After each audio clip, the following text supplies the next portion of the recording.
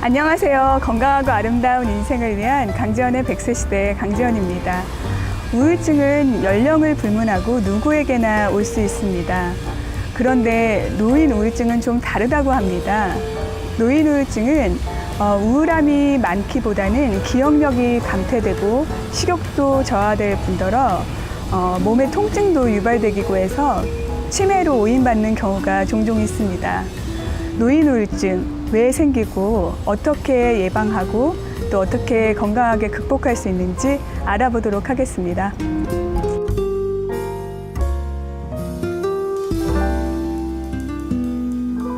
오늘은 노인 우울증에 대해 알아봅니다. 코스모 헬스센터 김수연 카운셀러 모셨습니다. 선생님 안녕하세요. 안녕하세요.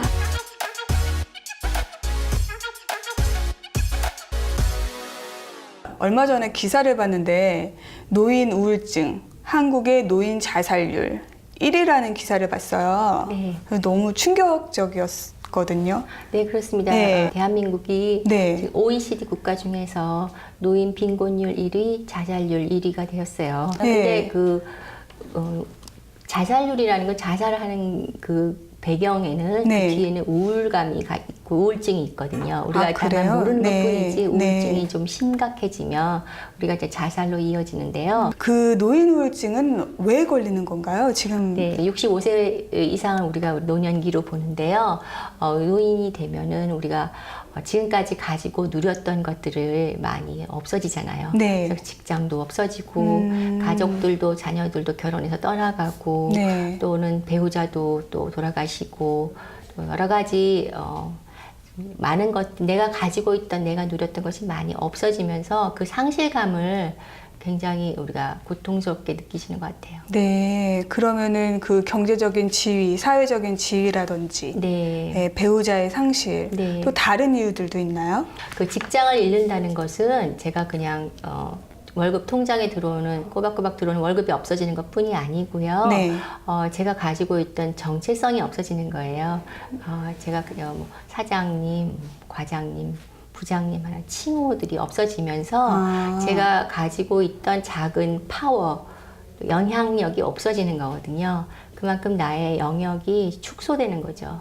그래요. 그러니까 나의 사회적인 영향력이 축소된다는 게 네. 우울증으로 이어지는 거군요. 존재감이 점점 없어지는 거죠. 저는 사실 아직 제 어르신은 아니지만 그 거울을 볼 때 내가 나이 들었다 생각될 때 약간 우울한 마음이 들더라고요. 네, 그렇죠. 네. 우리가 신체가 먼저 네. 제일 먼저 변화가 하는데 뭐 청력, 시력도 약해지고 네. 우리가 근력도 약해지면서 또 질병을 얻게 돼요.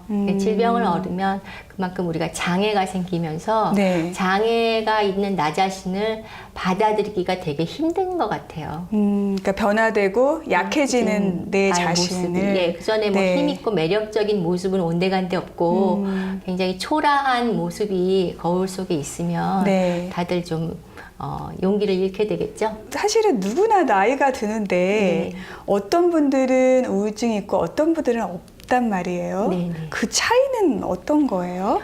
저희가 많은 것을 상실을 하는데요. 네. 노년기가 되면서 가지고 있던 거를 그 상실할 거를 대비해서 우리가 그거에 상실하는 거 말고 다른 것들을 좀 더 많이 준비해 놨더라면 좀 덜 할 것 같아요. 예를 들어서 제일 중요한 게 사회적인 어떤 관계망 같은 건데요. 네. 이를테면 뭐 친구죠. 친구 아니면 동호회 아니면 신앙생활 같이 하는 동지들이라든가 네. 뭐 여러 가지 나를 정서적으로 서포트해 줄 수 있는 사람들을 처음부터 미리미리 만들어 놓으시는 게 좋지 않았을까. 그런데 저희가 이제 힘든 게 대한민국에서 우리가 미국으로 이민 오면서 너무 많은 걸 두고 왔어요. 맞아요. 네, 네.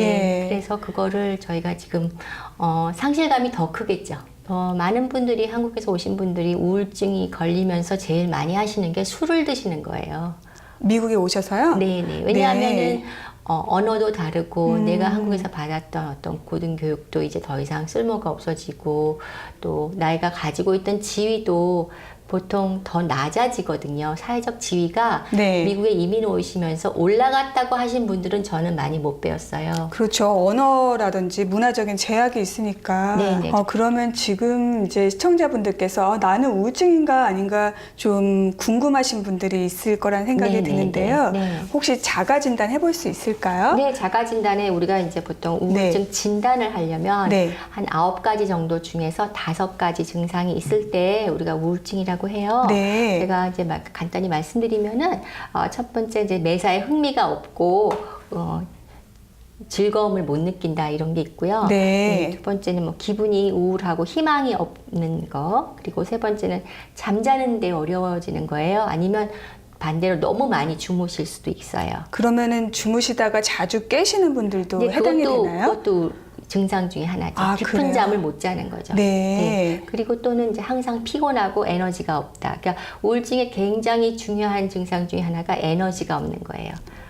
무기력한 거요? 무기력한 거여서 어떤 약속을 해놓으면 항상 조금 늦어요. 그래요? 네, 왜냐면 예. 몸이 빨리 움직여지지가 않고 힘이 없어서 끌려가는군요. 내가 왜 예. 그런지 모르지만 항상 늦어요. 그리고 억지로 움직여야 되는 그런 상황이 되는 거죠. 그렇군요. 예. 예. 그리고 또 식욕에 문제가 생기죠. 그래서 네. 너무 먹기가 싫거나 혹은 너무 많이 드시거나 그럼 몸무게의 변화가 있겠네요. 몸무게에 많이 변화가 있죠. 그래서 어르신들의 그 의사 선생님들이 몸무게를 이렇게 열심히 체크를 하시는구나. 그렇죠. 예, 네. 그러시고 네. 또는 본인 되게 한심하게 느껴지고 실패자라는 생각이 들고요. 그 다음에 되게 중요하게 생각하는 게 제가 집중을 못해요. 집중력이 떨어져요. 네. 그래서 여러분들이 TV를 보시거나 네. 책을 보셔도 계속 보고 있긴 한데 어떤 때는 10번을 읽어도 20번을 읽어도 무슨 말인지 모르겠는 거예요. 내용이 머리에 들어오지 않아요? 네, 내용이 파악이 안 되는 거죠. 그리고 텔레비전을 보시는데도 몰입이 안 되고 무슨 이야기인지 잘 모르겠다. 이런 생각이 드실 때가 있어요. 그리고 또 주부이신 경우에는 네. 좀 우울증이 심해지면 제일 크게 나타나는 증상이 밥을 더 이상 할 수가 없어요. 왜 일이 손에 안 잡힌다는 말 있잖아요. 네, 내가 딱 달려들어서 요번엔 이거 하고 그 다음엔 이거 하고 하는 어떤 차례나 이런 집중을 해서 이거를 몰입해서 한 단계 한 단계 하는 능력이 없어지는 거예요. 또 그 다음에는 이제 너무 천천히 말하거나 천천히 행동하는 거 또는 제일 중요한 게 이제 자살 충동을 느끼는 거죠. 네. 그래서 자살의 어떤 그런 징후가 보이면 반드시 빨리 어떤 전문가의 도움을 받거나 보통은 입원을 시켜요. 선생님 지금까지 그 노인 우울증이 주로 상실을 경험할 때 네. 많이 나타난다고 하셨는데 네. 상실을 회복하기 위한 그런 과정들이 있나요? 네, 상실을 회복하기 위한 과정이 있는데 한 5가지로 생각할 수 있어요. 네. 네, 그래서 처음에는 저희가 이것이 정말 꿈인지 생시인지 또는 도저히 믿을 수가 없고 네.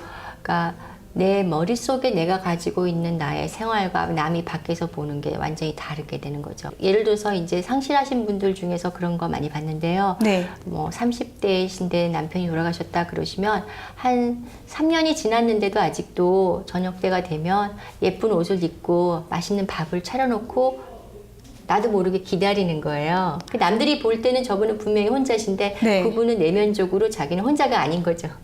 네. 네. 근데 그 오래 함께 사실수록 네. 더 회복하는 시간도 더 긴 건가요? 네, 저희가 이제 네. 보통 그 옛날 통계로 봤을 때 이혼을 하시거나 네. 또는 사별을 하시거나 간에 같이 사신 분하고 이제 헤어지고 나서 그 다음에 완전히 감정적으로 치유될 때까지 시간은 네. 같이 사신 시간의 4분의 1 정도가 걸린다고 그래요. 그만큼 그렇구나. 같이 사셨던 분 배우자하고 이별을 한다는 건 네. 우리가 인생에서 가장 겪을 수 있는 것 중에 가장 힘든 일이라고 얘기합니다. 네. 네. 그럼 그 부정 말고 그 다음 단계도 있나요? 네, 부정 다음에는 네. 이제 우리가 분노하게 되고 막 왜 화를 나한테 내요? 이런 일이 생겼는지 돌아가신 당사자한테 화를 내는 경우도 있고 네. 이런 상황에 대해서 화를 내는 경우도 있고 그렇겠죠. 네, 왜 나만 두고 막 네, 그런. 네. 그다음에 이제 네. 사협이라 그래서 혹시 내가 이렇게 하지 않았더라면 뭐 내가 그 병원에 가지 않고 다른 병원에 갔더라면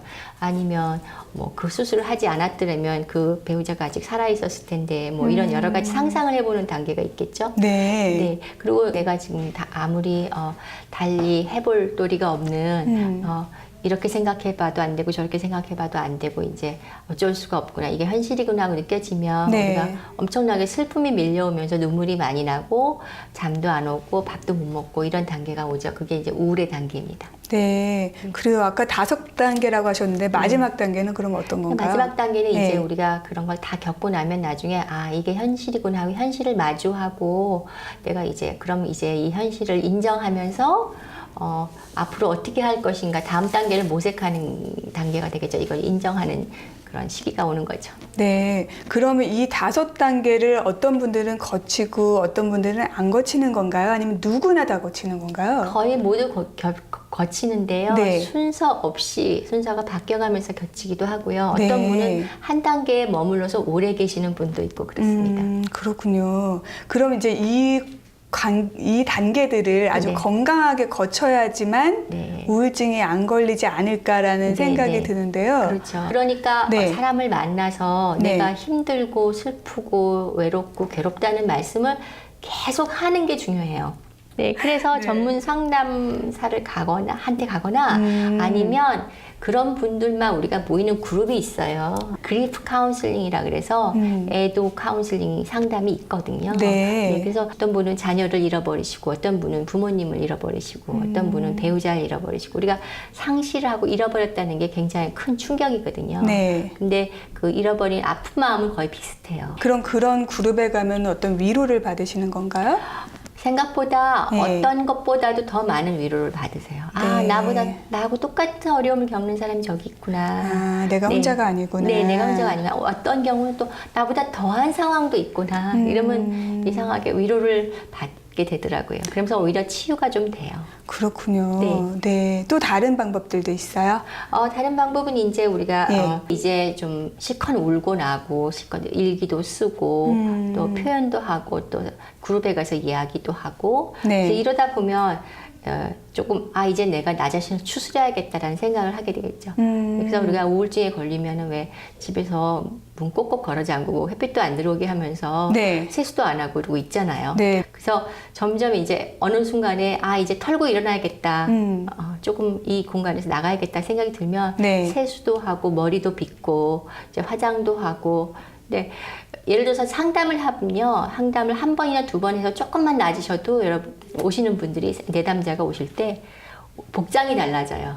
네, 그리고 갑자기 어떡해요? 화장을 하고 오세요. 아, 네, 네. 그러니까 본인을 꾸미기 시작하시는군요. 네, 네, 고민을 돌보기 시작하는 거예요. 갑자기 네. 내 자신을 사랑해야겠다는 생각이 조금 드는 거죠. 네. 네, 그래서 셀프 케어를 하기 시작하는 거죠. 그리고 또 다른 방법이 네, 있을까요? 그다음에 우리 할 일을 우리가 스스로 만들어야 돼요. 그래서 나가서 새로운 거를 배우시고 새로운 운동도 배우시고 새로운 언어도 배우시고 또는 어떤 새로운 교육도 받으시고 이러면 좋을 것 같아요. 그러니까 시간을 알차게 보내셔야 되는구나. 네, 그렇죠. 네. 그래서 나의 그 안전지대에서 벗어나서 네. 우리가 세이프티 존이라 그러는데 그 안전한 곳에서 벗어나서 새로운 거를 좀 창조해 봐야 되는 거죠. 네. 도전해 보고요. 네. 선생님 뭐 추천해 주실 방법은 없어요? 저는 네. 우리가 나중에 뭘 쓰지 않더라도 네. 영어를 미리 조금씩 준비해 놓으시면은 그 영어를 공부하면서 우리가 그 치매 예방도 된다고 생각이 들어요. 아, 그래요? 네. 언어 공부가 치매 언어 예방이 돼요? 공부가요. 그래서 네. 영어를 하시든지 스페인어를 하시든지 뭐 우리가 만날 수 있는 사람들과 이렇게 교류를 하기 위해서 네. 새로운 사람들과 교류하려면 우리가 그 도구가 있어야 되니까 네. 언어 공부를 하고 또 그 언어를 공부를 해놓으셨다가 네. 62세가 되시면 우리가 62세가 되는 순간에 우리 조지아에서는 네. 그 모든 공교육이 대학교를 포함해서 모든 그 등록금이 무료예요. 그래서 네. 공부를 하신다는 게 네. 몸도 우리가 액티브하게 만들고 또 우리가 이 지적인 능력도 네. 좀 계속 유지하고 개발하는 게 되게 중요하다고 생각합니다. 노년에서. 그렇군요. 네. 저는 어떤 얘기 들었냐면 네. 자기가 통제할 수 없는 거를 너무 통제하려고 해도 우울감이 쌓인다. 그렇죠. 불안하고 우울하죠. 그것이 내가 과연 열심히 노력해서 바꿀 수 있는 일인지 아니면 내가 아무리 열심히 노력해도 어쩔 수 없는 일인지를 구분해야 된다고 생각해요. 네. 그래서 저희가 통제, 컨트롤할 수 있는 거는 컨트롤하고 만약 그것이 내가 컨트롤할 수 없는 영역이 있다고 생각하면 그냥 우리가 놓아버려야죠. 마음에서 놓아버려야 되는 거예요. 네. 그것에 대해서. 그래서 이건 내 영역이 인간의 영역이 아니다. 운명의 영역이고 신의 영역이다. 네. 라고 생각하고 그냥 놓아버리는 것도 지혜라고 생각합니다. 그럼 기도하시는 분들도 그 우울증을 극복하시는 방법 중에 하나겠네요. 네, 그러니까 신앙생활도 되게 중요하다고 생각해요. 네. 사실 우울증이 누구에게나 올 수 있는데요. 오늘 배운 것처럼 감정 표현도 자유롭게 하고 또 자기 자신의 시간도 충분히 갖고 또 내가 통제할 수 없는 영역은 정말 신에게 맡기는 것도 좋은 방법이라는 걸 배울 수 있었고요. 선생님 오늘 이렇게 좋은 지혜 나누셔서 감사합니다. 네, 감사합니다. 자신의 몸과 마음을 돌보고 삶을 단순하게 정돈하고 또 자신의 감정을 솔직하게 표현하는 것이 우울증을 극복할 수 있는 길임을 알 수 있었는데요. 또한 자신이 통제할 수 있는 부분과 없는 부분을 구별해서 통제할 수 없는 인생의 것들은 놓아버리는 것도 필요할 것 같습니다. 오늘도 여러분을 만날 수 있어 행복한 강재원의 100세 시대였습니다.